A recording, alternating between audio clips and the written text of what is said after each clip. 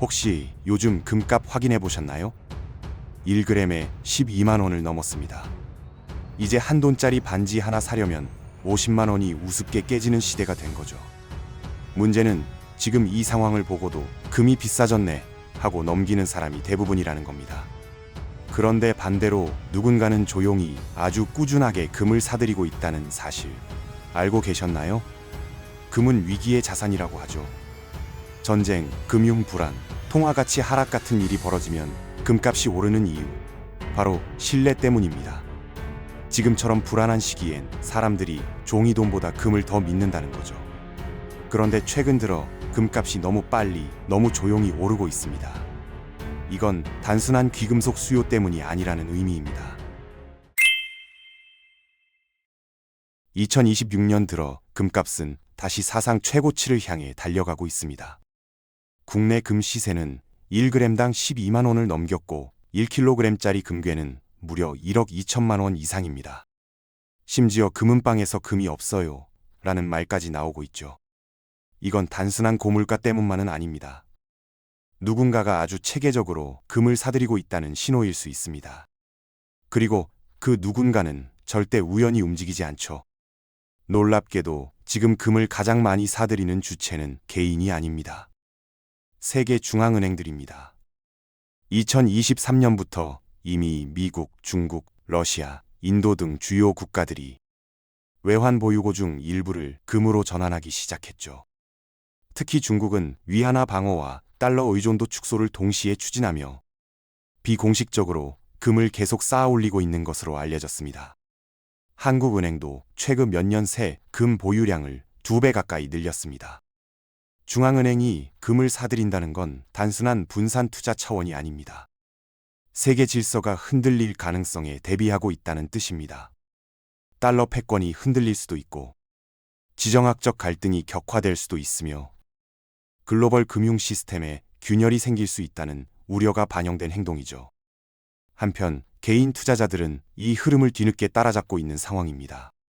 예금 금리로는 물가 상승을 따라가지 못하니 그나마 안전자산이라는 금으로 시선을 돌리는 거죠. 문제는 지금 금을 사기엔 너무 늦은 것처럼 보인다는 겁니다. 1g에 12만 원이라는 숫자가 심리적으로 장벽처럼 느껴지기 시작했으니까요. 하지만 금은 다른 자산과 다릅니다. 올랐다고 해서 다시 내려오는 흐름이 빠르게 오지 않습니다. 그리고 무언가 터졌을 땐 단기간에 폭등하는 특성이 강하죠. 즉, 미리 사둔 사람과 문제 터지고 나서 사려는 사람 사이에는 가격 차이보다 더 큰 심리적 비용이 생깁니다. 이걸 감당 못해서 결국 포기하게 되는 거죠. 이 시점에서 금을 투자라고 보기보다 보험이라는 개념으로 이해하셔야 합니다. 주식이나 부동산처럼 수익을 노리는 자산이 아니라 극단적인 상황에서 내 자산의 가치를 방어해주는 수단이라는 거죠. 예를 들어 전 세계 금융위기가 왔을 때 주식은 폭락하고 채권도 흔들릴 수 있지만 그때 금은 보통 혼자서 오릅니다. 역사적으로 그랬고 앞으로도 그럴 가능성이 높습니다. 우리가 눈여겨봐야 할 건 투자 타이밍보다 보유 구조입니다. 100 중에 10 혹은 5만이라도 금에 배분하는 구조를 만들어두는 것. 그게 요즘 같은 시대엔 굉장히 중요한 생존 전략이 될 수 있습니다.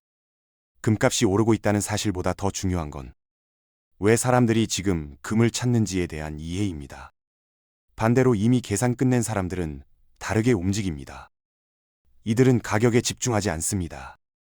금이 비싼 게 중요한 게 아니라 금의 역할이 지금 시점에서 왜 다시 중요해졌는지를 알고 있기 때문이죠.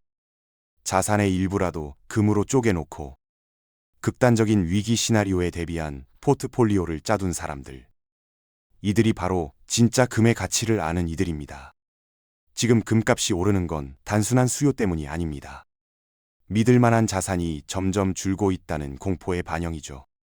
그리고 이 공포를 가장 빨리 눈치챈 이들이 조용히 금을 사들이고 있는 겁니다. 뉴스에서는 금값만 보여주고 그 속에 있는 흐름은 다루지 않지만 이 숫자 하나에도 시장은 거대한 신호를 숨기고 있는 셈이죠. 또 한 가지. 금은 역사상 모든 문명에서 통용되어 온 유일한 자산입니다. 그 어떤 통화도 수명을 가졌지만 금은 인류가 사용한 가장 오래된 화폐였습니다.